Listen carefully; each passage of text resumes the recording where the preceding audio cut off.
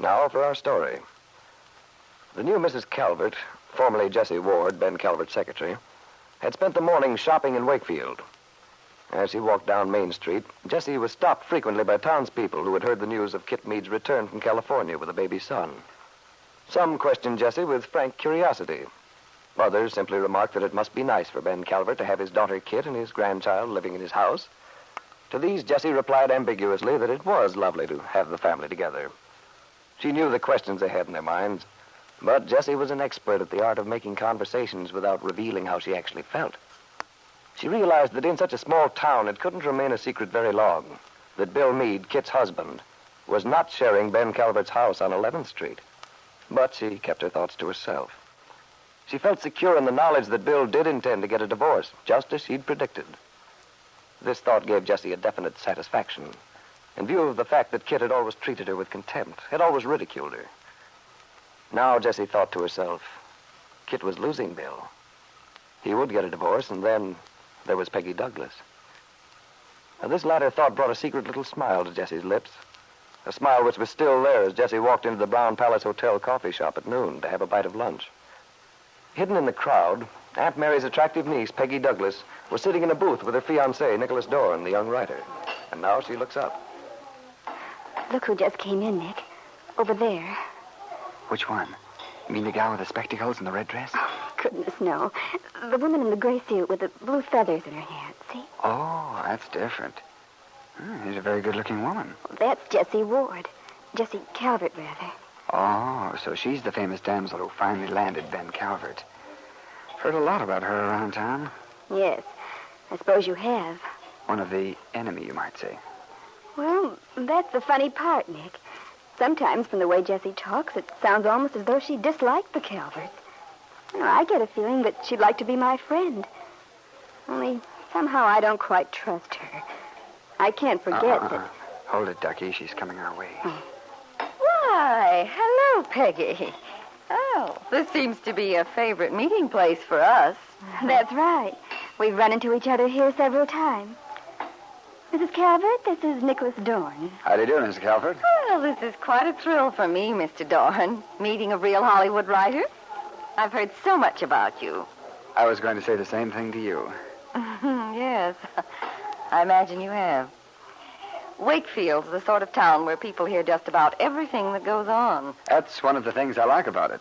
It's quite a happy hunting ground for a writer. I've learned more about life since I've been here than I gathered in all the rest of my 30-odd years. Won't you join us, Mrs. Calvert? We were just waiting to give our orders. Yes, please do, Jessie. Oh, well, thank you. Sure I won't be intruding? I didn't expect the place to be so crowded today. It does seem to be unusually busy, doesn't it?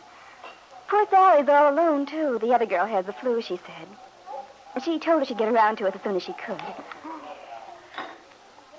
Well, this is very nice of you. Here I was expecting to have a hasty bite all by myself, and instead I meet you two nice people. I was so interested while you were making that film, Mr. Dorn. I have a lot of questions to ask you. I'd be glad to answer them, if I can. Well, they're probably silly ones. I don't mind. It always makes me feel so wise to have people ask me things. What would you like to know? Well, for one thing, I've always wondered if it's true that they sometimes have to do the same scene over dozens and dozens of times. Oh, sometimes they do. Depends. Well, it depends on what? Oh, lots of things. Director, performers, mood of the scene. I see. Next question? Oh, well, there's so many things. Oh, come now, Mrs. Calvert. I know you have another question. You do? Sure. You want to know if I ever meet any of the film stars. And if I know Van Johnson. Oh, Mr. Dorn, you're quite an observant young man. Yes, I do occasionally meet up with some of the glamour boys and girls, although I've never had the honor of meeting V.J. Nick, I think you're naughty to tease Jessie. Well, tell me, what happened to the picture you were making in Wakefield? It's all finished, isn't it? Oh, yes, some time ago. At least my part was.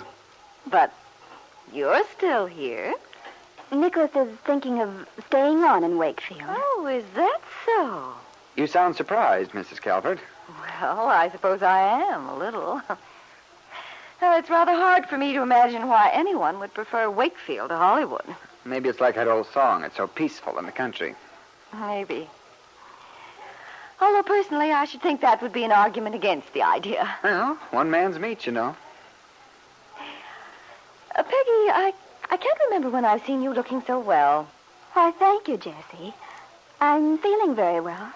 You should have seen her, Mr. Dorn, when she was a little girl with long curls. She was charming, so quiet and well-behaved. It doesn't quite tie in with the stories I've heard around the Lane farm. The young rowdy tearing madly about on a bicycle. Well, I was just versatile. Versatile is right. A woman with as many facets as the truth and as many colors as... Well, go on. Don't leave us up in the air. As many colors as a sunset. There, I said it and I'm glad. Oh, by the way, Peggy, I suppose you knew that Kit's back. Yes, I heard. The baby's really very cute. It's a boy, isn't it? What's his name? Benjamin, after your husband? No, he isn't being named after Ben. Well, as a matter of fact, he hasn't been named yet. Really? Oh, what's the matter? Can't Mr. and Mrs. Meade get together on a title for the son and heir? Well, I hardly think Bill's opinion would carry much weight just now, if you know what I mean. Personally, I'm very much in the dark. Well, I think Peggy understands quite well.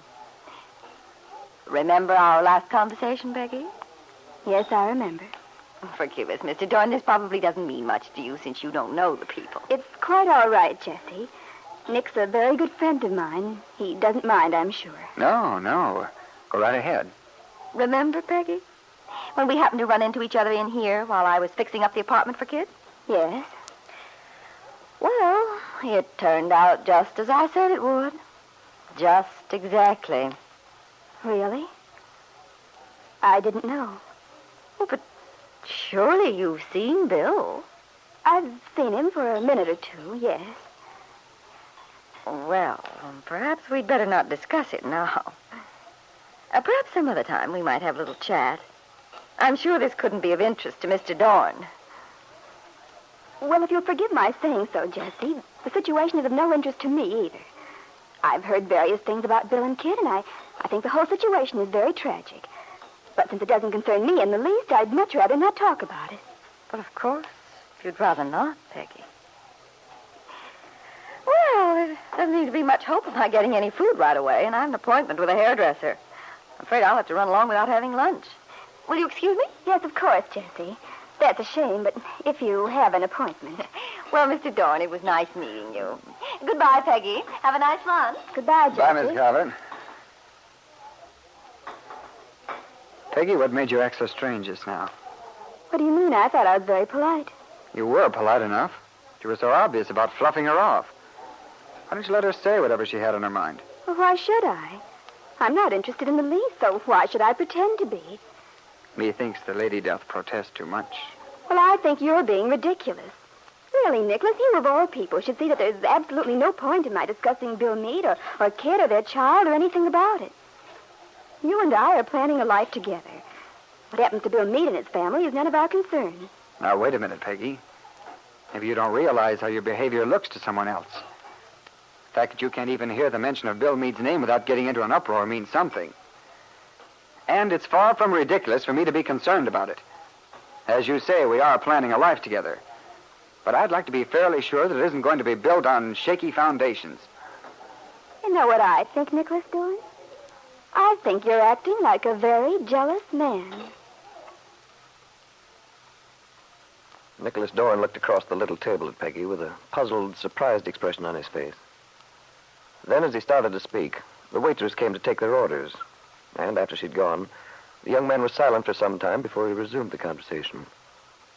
Nicholas had a gift for self-analysis. He believed in being honest with himself. Now, reviewing his illogical anger at Peggy's reactions every time she heard Bill Meade's name, Nicholas realized that his attitude certainly had all the aspects of jealousy. Then, could this mean that all his theories about rational, unromantic relationships had failed him? Could it mean that, after all, he'd been tricked by his emotions again? That, in fact, he had fallen in love?